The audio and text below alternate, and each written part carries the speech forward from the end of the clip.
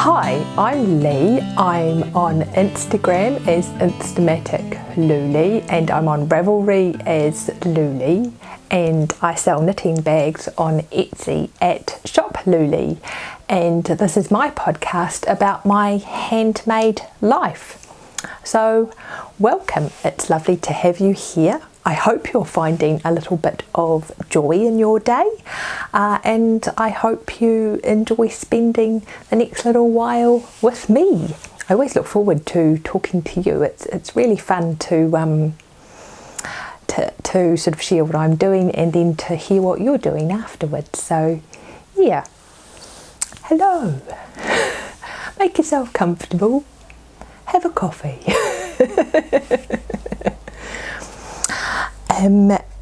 We have a Ravelry group, and it's always lovely to hear from you there. So if you haven't already joined, then pop on over and say hello. That's always nice. Today I am wearing my Ravelry t-shirt. Nothing handmade and nothing terribly exciting. So yeah, nothing to skite about there really. This is the sock segment, and the first pair of socks that I want to talk to you about is actually a pair that you saw in Finishing Glory and you've seen before, and I don't actually have much new to add about these socks. Last time I spoke about these socks, which I think was a couple of episodes ago, I was talking about a new to me cast on, which was the old Norwegian cast on, and since I've finished these socks I've actually used it several times. It's a variation on a long tail cast on, and all I wanted to say is if you haven't tried it, I would urge you to give it a go.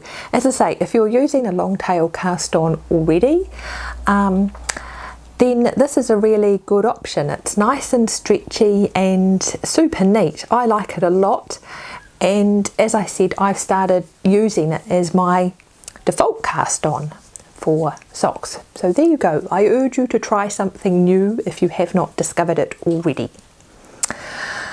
The other thing about these, and I think I've been whittering on about this for a while, that I have quite a high instep, so this area from here to here, and that my socks don't always fit well, or they can seem overstretched in that area. But I continue to make my heels always on half the number of stitches, even though in the back of my mind I kind of know that they would probably fit me better if I made them on 2/3 of the number of stitches around. And I've been trying to work out why I don't just do it. I think 50% is just a much nicer number than 66.666666 recurring. Maybe that's it. So anyway, I thought I would tell you about this so that I sort of have to do it and see how much better my socks will fit next time. This pattern, I should have started with that. Oh, bad podcaster. This pattern is the Wildflowers and Honeycomb pattern by Olivia Villarreal. If that's not how you say it, then feel free to correct me. Yeah, other than that, and I hand dyed the yarn. This was one of my own hand dyeing experiments on a BFL nylon, and I'm really pleased with these socks. I've been looking forward to wearing them, but I thought I would show them to you first. So yes, those are my Wildflowers and Honeycomb socks, and they were great to knit. I really enjoyed these little lacy patterns. It was like knitting a stripe. You just thought, I'll do a bit more. I think I said that last time. I'm just repeating myself now. I'll get on to the next pair of socks. These socks, I'll get this the right way around. For these socks, I used a pattern by Claire Devine, and it was called Grello. And for the main colour, I used Gumi 50. I've forgotten what the colourway was, but it will be on my project page. And then for the heels and toes, I just used some white Regia that I had. And I really like the way that they've come out. This is a toe-up sock, and I think what's interesting about this sock is that it had a heel construction that was brand new to me. It's called the Flegel heel, and I had never come across it before. And I have to say, for toe-up socks, this is my favourite heel construction. I have tried a short row heel, I've tried the Fish Lips Kiss heel, I've done a short row heel with a gusset, and I've done a toe-up sock with a heel flap construction, and now this one. And I really like it for a couple of reasons. Firstly, it fits well. I probably could make the gusset a little bit bigger. There we go again. See, I actually need to get on and do that. But I found that it fitted really well. And the other thing was that the actual construction of it was stupidly simple, like really simple.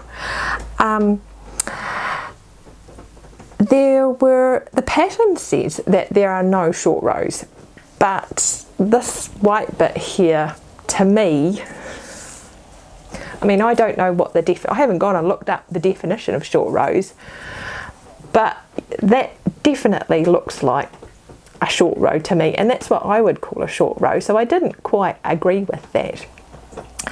But there's no fancy slipping of stitches, or there's no wrap and turns or any of that fiddly stuff. You know, it's not like some heels where you have to, you know, wrap your yarn around 8 stitches in the full light of the moon or something. It was just really, really simple, and it fits well. So I think the only thing to add to that would be whether or not it wore well. But yes, if I was knitting a toe-up sock, then I would definitely do that heel again. And I really like the way these came out. Really happy to wear them, and I'm contemplating knitting another pair. So yeah, thumbs up for that one. In fact, I liked the heel construction so much, I have decided to do a giveaway. I managed to make a size 7 pair of socks out of one 50-gram ball. Here we go, here's the colourway. Oh, I'm going to mispronounce this. Here we go. Imprim Juan.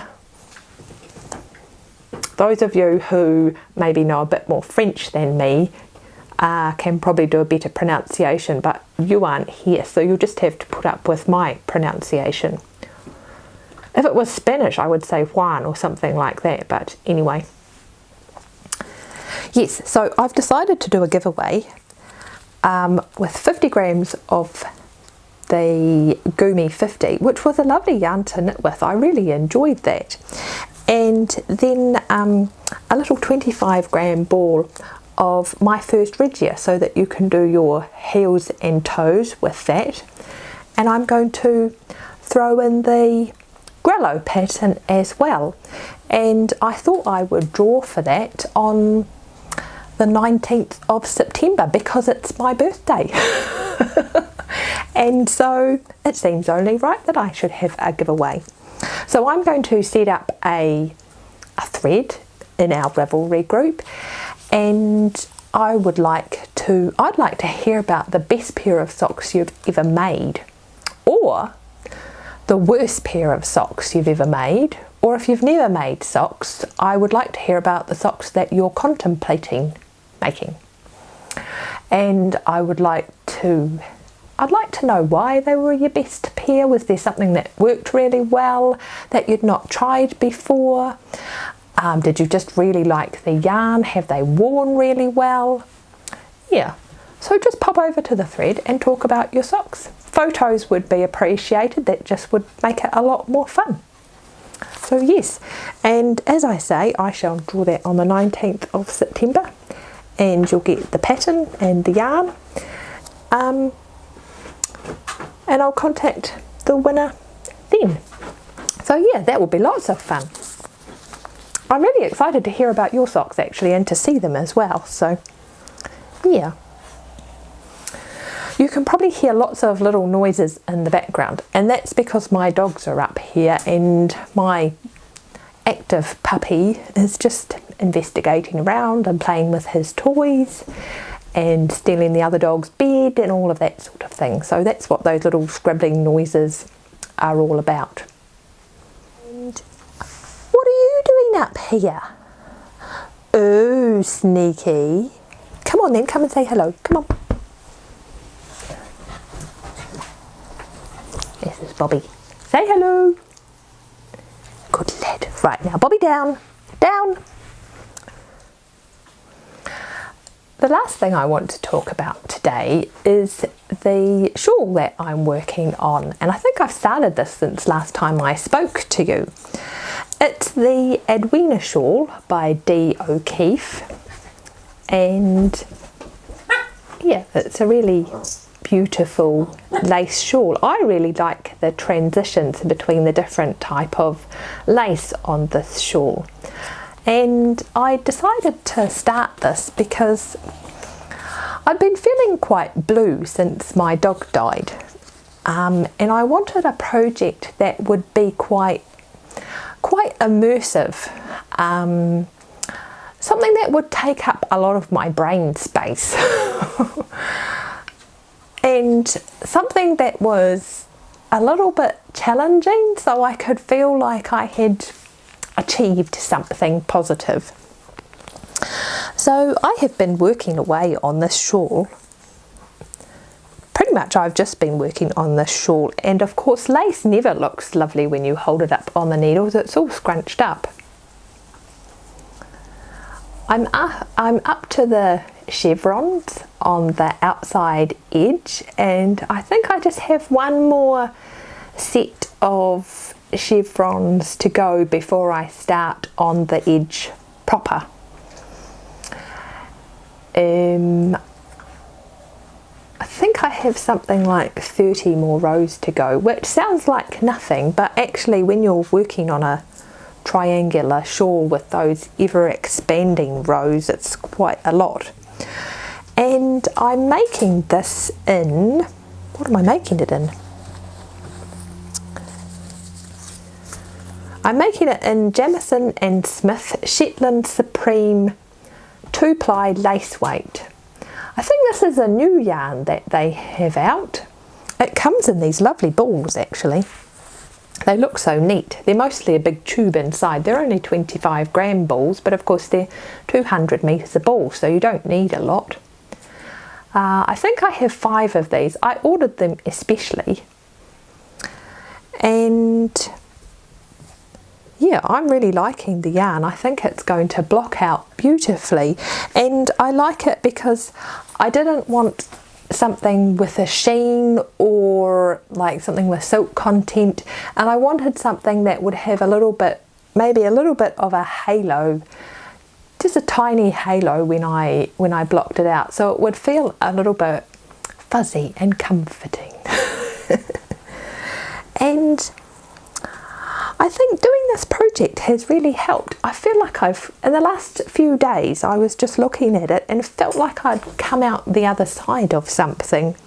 So it's been really good. I've really enjoyed it, doing the pattern. The lace is only on one side, and so you get that rest row where you purl back. So it's another one where you just think, oh, that was an easy row, I'll just do the next row of lace. If you've never knitted a full lace shawl or even a lace shawl, I would really recommend this pattern. It's really clear. I use the charts. I don't tend to use the written instructions. It took me a long time to memorise all the symbols that people use for lace knitting in their charts, but it was really well worth doing. The other thing is that I have a little magnetic stand. I started out just using a post-it note so I could see which row I was working on, and then I remembered that I had this, it's a Knit Pro magnetic thingy. I should have brought it with me, and it basically has a long strip magnet so you can put it directly below the row that you're working on. There are no fancy stitches, it's just all yarn overs and knit two togethers and SSKs. It does have a knit two and pass slip stitch over, but that's as fancy as it gets. So if you're looking, if lace appeals to you and you want to try it out, I would recommend this pattern as a good beginner one. The instructions are really clear, and I think as long as you're patient with yourself, you could work your way through it. And it's dead fun. The lace motifs are easy to remember and easy to follow, and you can see them making the pattern as you go. I've just really enjoyed myself. It's been good fun. So yes, that is the last of my knitting projects that I wanted to talk to you about. But I had said previously that I was going to do a Stash Dash roundup in this episode. And I think if you watched my Stash Dash episode, I had wanted to do I'd wanted to finish 6 things that I had already had going. And I managed to finish 5 out of the 6, and also a couple of 3 pairs of socks actually. So in all, I came to 3,398 metres, and I was really pleased with that. But I had also talked to you last time about how I felt like decreasing the number of whips gave me a greater diversity in the types of projects that I was doing. And I've been pondering sort of how to keep the Stash Dash momentum going. I haven't sort of come to any conclusions on that as to whether or not I want to set myself some other goal, or yeah, I guess I haven't really worked that one out yet, but I think I would certainly do, well, I hope I never get to the point where I feel like I need to do Stash Dash again, but I would certainly like to find some way of sort of inspiring myself to finish. I've still got a few languishing projects that I would like to at least be working towards. So yeah, I'm trying to think up a goal. Something that will inspire me towards more finishing glory, I suppose. So that is my Stash Dash update.